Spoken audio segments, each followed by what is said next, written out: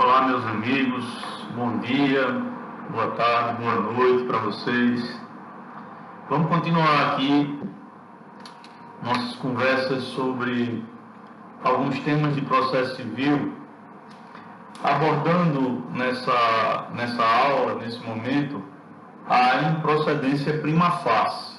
Ela está no 332 do CPC, de 2015. Só que antes de abordar esse assunto, eu queria fazer uma breve consideração com relação ao 330, que trata do indeferimento da inicial. Veja, tanto no indeferimento da inicial quanto na improcedência prima facie, a citação do réu para se defender, ela não vai acontecer, nem nos termos da petição inicial para o indeferimento, nem nos termos da improcedência prima facie, tá? Só que no caso do 330, nós teremos hipóteses previstas em lei, né, que apontam para uma situação de inépcia.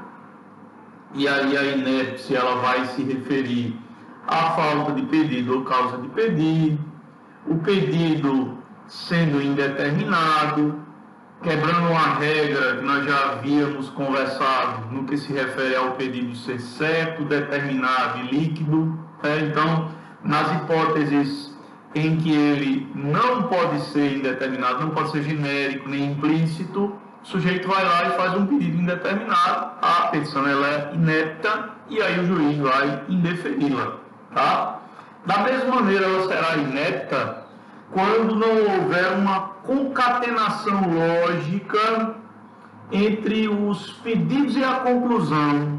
Então é aquela situação em que o cara expõe para o juiz um fato e o pedido ele é ilógico, o pedido ele não tem nexo, né? E para finalizar, os pedidos incompatíveis entre si, tá? Então esses são os fundamentos da inépcia, primeira hipótese do indeferimento da inicial. Depois vem a segunda hipótese, quando a parte ela é manifestamente ilegal. Outra hipótese, quando o autor carecer de interesse processual. Então, ilegalidade e falta de interesse são condições da ação. E, por fim, quando não atendidas as prescrições do 106 e do 321.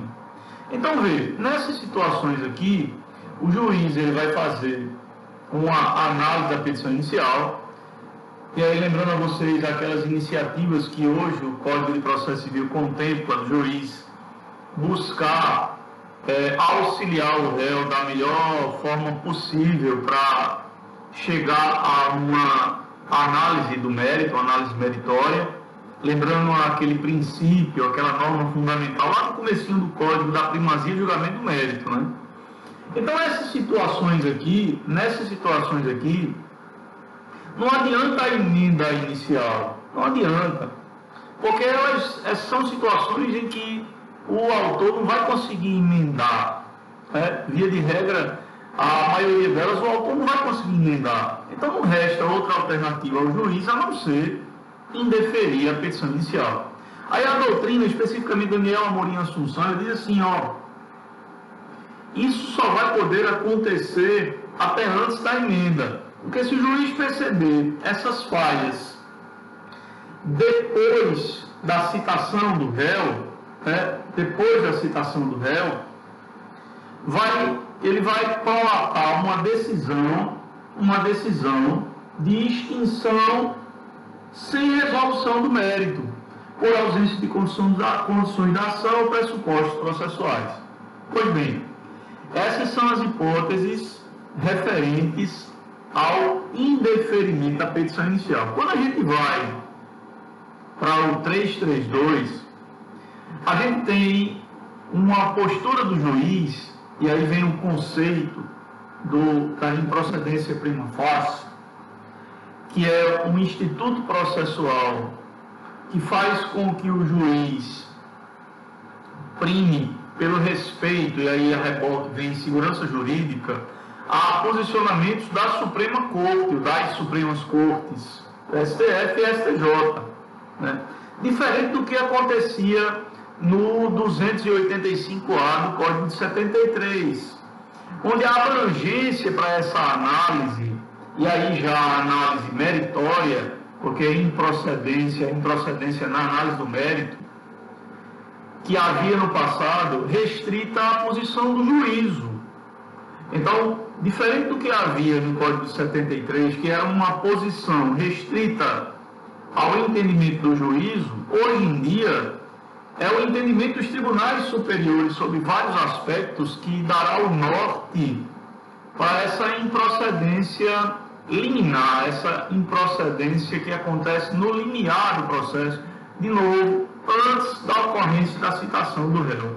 Então vejam, meus amigos, o réu, tanto numa quanto noutra situação, o réu não será incomodado, nem no sentido de se defender da petição inicial, no indeferimento dela pelo 330, nem no sentido de se defender da petição inicial, também para a improcedência prima facie. Contudo, na improcedência prima facie, o juiz ele analisa o mérito, ou analisa o mérito de forma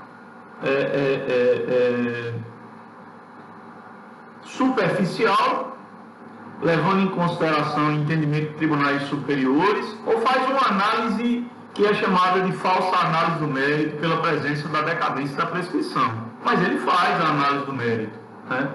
Repito, não incomodando o réu da ação, porque ele não vai ser chamado à formação da relação processual, e aí indeferindo, no caso do 332, indeferindo a petição inicial pela posição de improcedência prima facie.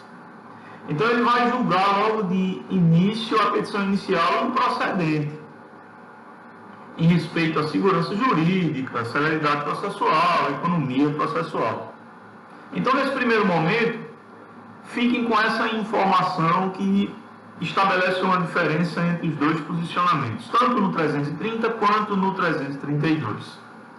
E aí a gente continua logo logo.